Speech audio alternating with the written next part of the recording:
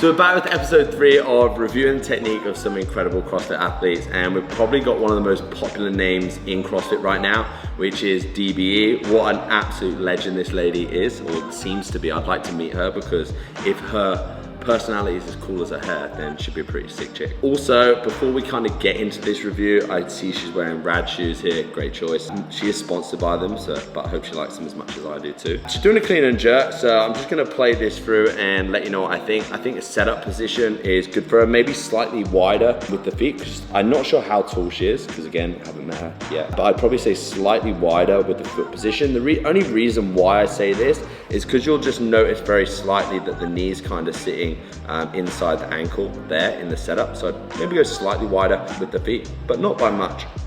As we progress through this lift, what you'll see happening really well there as she initiates the movement from the floor, she stays completely rock solid, which is exactly what you want to see happening when we initiate from the floor. Maintains a good back position, which I really like.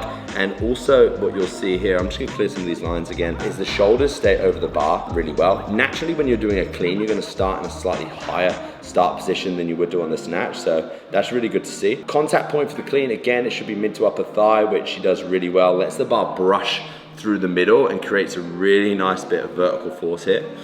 What I also really like about this is as soon as she's hit extension here, what you'll notice, and I'll just draw that line in here where she hits the top position, she straight away starts moving down, which is really good. It means that she's not using too much of the upper body at the top of the lift and carrying on pulling higher than she needs to. Gets the bar to a really good height.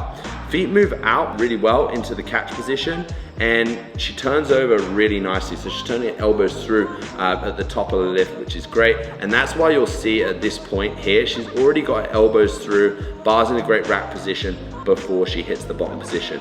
Now, she's got a really good amount of mobility here in her hips to be able to sit this deep with a wide stance. Naturally, when people go for a wide stance in the receiving position of the clean, the torso will drop. Absolutely no issues here. We've got ample distance between elbow and knee in this position, and her chest is nice and upright, which is great. The knees track lovely in terms of over the toes here. Don't know what that line's doing.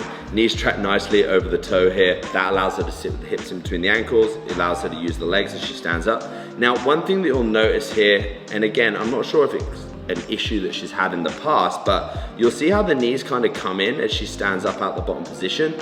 That would suggest that maybe the feet are moving a little bit too wide when she's standing out. It might not cause her any issues right now, but potentially over time of lifting like this, may get some issues with the knee on the medial side. The other thing that I would notice as well is that lift foot. That foot lifts as she moves in this position, which again would suggest to me that it probably wants to be a little bit closer, potentially be a little bit stronger driving out the hole. But again, I'm not sure what her leg strength is like.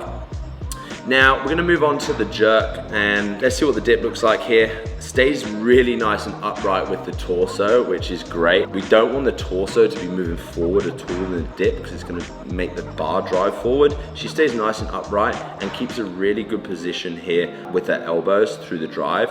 What's really good to see is that at the point where she's hit a full extension here, the bar's still in contact with the shoulders. That means she's gonna maximally use her leg strength before the arms come into play in the jerk. But one thing I notice here in her split position, okay, is that the feet have kind of crossed.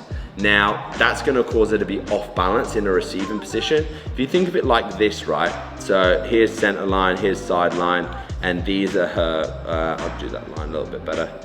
These are her feet here at the moment, super wide in her setup.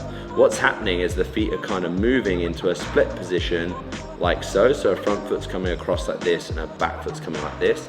This makes the actual square footage of her, or the space underneath the bar, much smaller, okay? What I would suggest as an area for improvement is after the clean, if she just moved her foot in slightly, so we'll do this in a different color. So let's go ideal being blue. She started with her feet here, so in her most powerful position, i.e. a jumping position, shoulder width, and thought about driving the feet very slightly out into a split. I think what we would see is this would kind of happen, and then overall, her square footage or a base underneath the bar is gonna be much quicker, much bigger, which is gonna give her a little bit more support in this jerk position here. And that would probably make her recovery a little bit better because I can see she's kind of short stepping that front leg in to keep her balance as she recovers. But absolutely awesome lockout here, I just noticed as well with the elbows. This lady seems like a cool chick, cool personality, really solid lifting technique, couple small changes. I think she'd, again, send a lot bigger weights.